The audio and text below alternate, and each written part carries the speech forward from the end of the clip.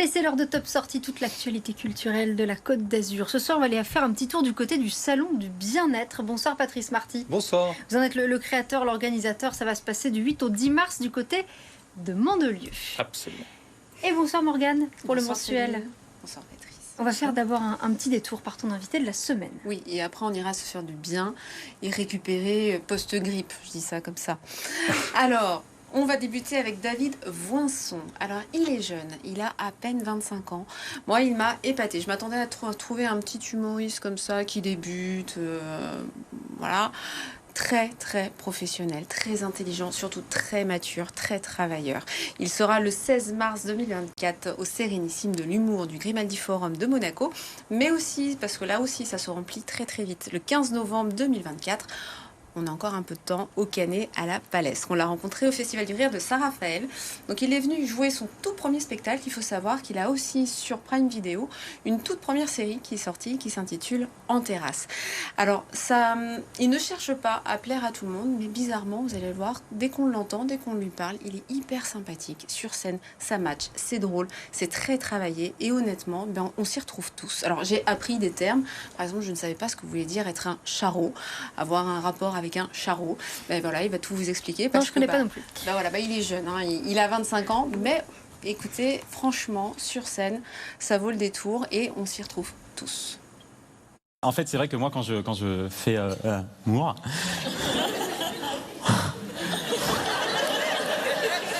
je suis un peu fier de ce que je suis en train de faire.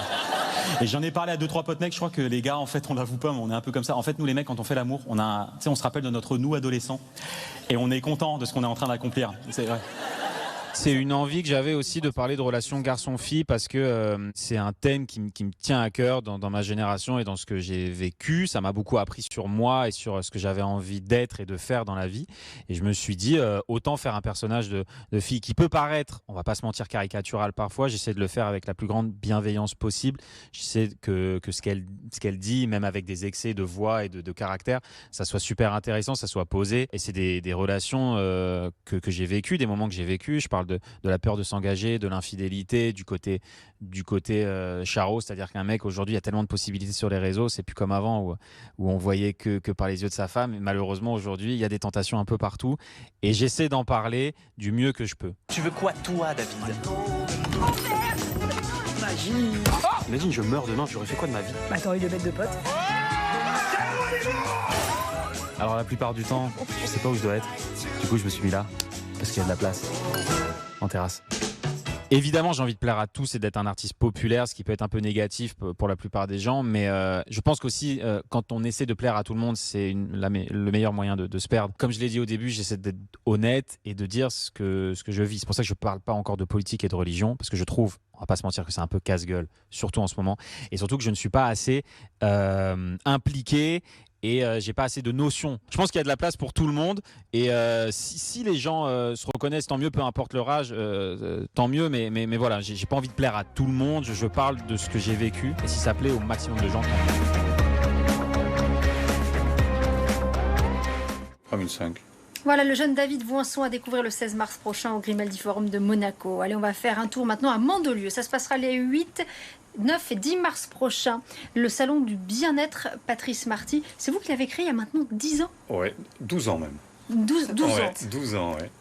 Et alors, qu'est-ce que c'est l'esprit, en fait, au départ de ce salon? C'est quoi le but? L'idée, c'est de pouvoir proposer un maximum de choses aux visiteurs, un panel le plus large possible, avec différentes zones, différentes thématiques, que pour se faire du bien. Voilà. Avec des produits bio, avec des thérapies complémentaires. Quand on parle du bio, c'est la nourriture, c'est aussi des cosmétiques, tout ce qui tourne autour du bien-être. Voilà, c'est un esprit sain dans un corps sain. Et on s'aperçoit que le bien-être, c'est quelque chose d'excessivement large parce que là, on a 140 exposants, on a 60 conférences, ouais, toutes aussi diverses, toutes aussi différentes les unes que les autres.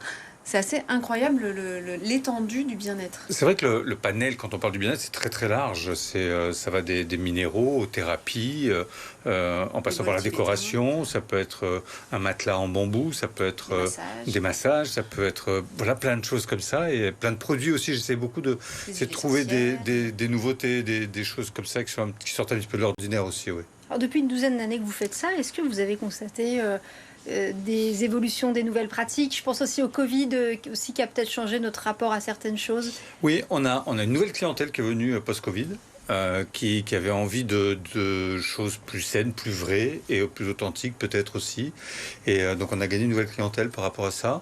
Et depuis 12 ans maintenant que j'organise, je me suis aperçu que la population avait rajeuni. Les visiteurs sont plus jeunes qu'il y a 10 ans quand j'ai commencé. Ah, ce ne sont pas les anciens visiteurs qui rajeunissent de salon en salon. non, c'est ça.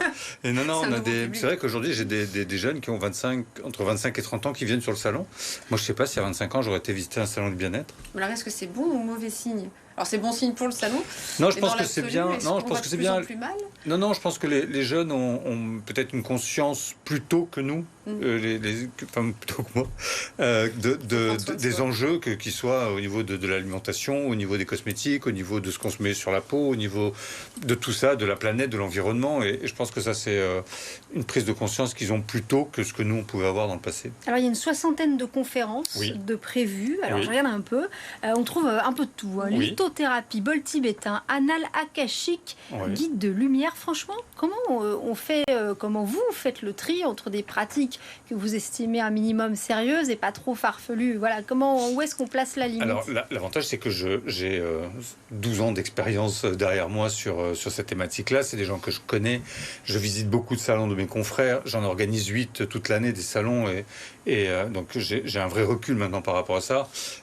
Parfois, je peux encore me faire avoir sur certains exposants qui ne reviennent plus jamais sur les salons. Mais voilà, on fait attention parce que des charlatans, il y en a partout, pas que dans le bien-être. Le salon du bien-être, il vous donne rendez-vous donc à Mandelieu du 8 au 10 mars prochain et on pourra y trouver beaucoup de choses. Ouais. Merci Patrice Marty d'être venu nous voir ce soir. On va passer à l'agenda avec...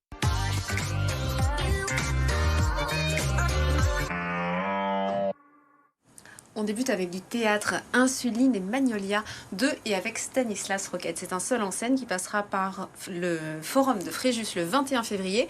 C'est un spectacle autobiographique. Il s'est passionné pour la littérature et en grande partie pour la poésie après avoir appris à 15 ans qu'il était diabétique.